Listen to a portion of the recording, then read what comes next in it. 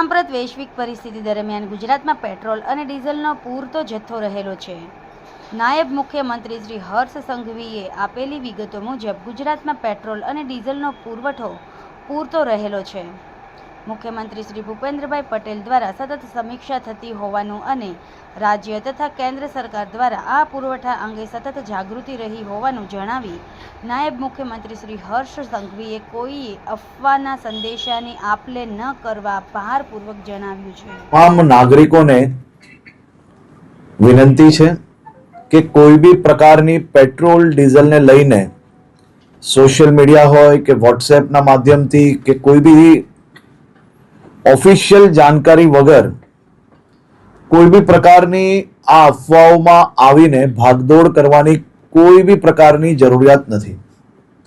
રાજ્ય સરકાર અને ખાસ કરીને કેન્દ્ર સરકાર દ્વારા આ જથ્થાઓ અને સપ્લાય માટેનું ડેલી નિરીક્ષણ થાય છે અને રાજ્યને તમામ પેટ્રોલ પંપો પર પેટ્રોલ ડીઝલ માટે પૂરતી વ્યવસ્થાઓ પહોંચી વળે તે માટેની સંપૂર્ણ તૈયારીઓ બી છે।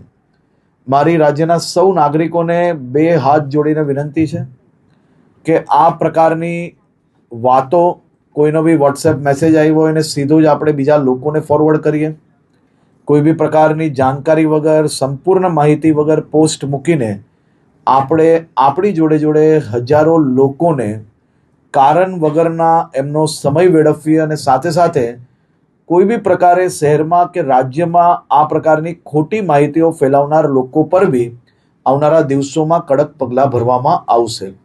ખાસ કરીને વિનંતી છે કે કોઈ ચિંતા કરવાની આવશ્યકતા નથી। પેટ્રોલ ડીઝલ સંપૂર્ણપણે બધા જ પેટ્રોલ પંપ પર મળી રહે તે માટેની વ્યવસ્થાઓને ખાસ કરીને મુખ્યમંત્રી શ્રી બી દર 2 દિવસે એનો રિવ્યૂ લઈ રહ્યા છે અને ભારત સરકારમાંથી બી તમામ મંત્રાલયો આ બધા જ વિષયોમાં રેગ્યુલર રિવ્યૂ એમનું લઈ રહ્યા છે। આભાર। પેટ્રોલ ડીઝલ બંધ થવાની અફવા બાબતે તપાસ કરતા પેટ્રોલ પંપ માલિકો દ્વારા પણ જણાવેલ કે આ માત્ર અફવા ગણાવી હતી અને પંપો પાસે પૂરતો જથ્થો હોવાનું પણ જણાવ્યું હતું।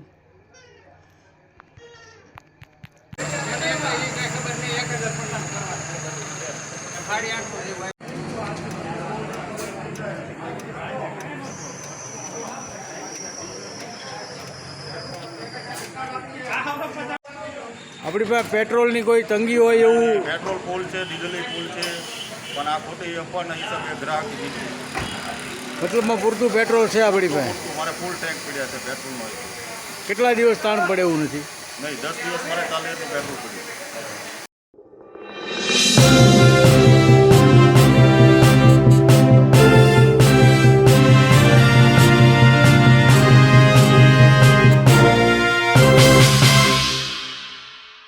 સમાજ માટે સત્ય માટે સત્યપૂર્ણ સમાચાર પ્રસારણ આપના મોબાઈલ પર તરત જ લાઈક કરો, શેર કરો અને સબસ્ક્રાઈબ પણ કરો અને હા, ઘંટડી વગાડવાનું ન ભૂલશો। આભાર।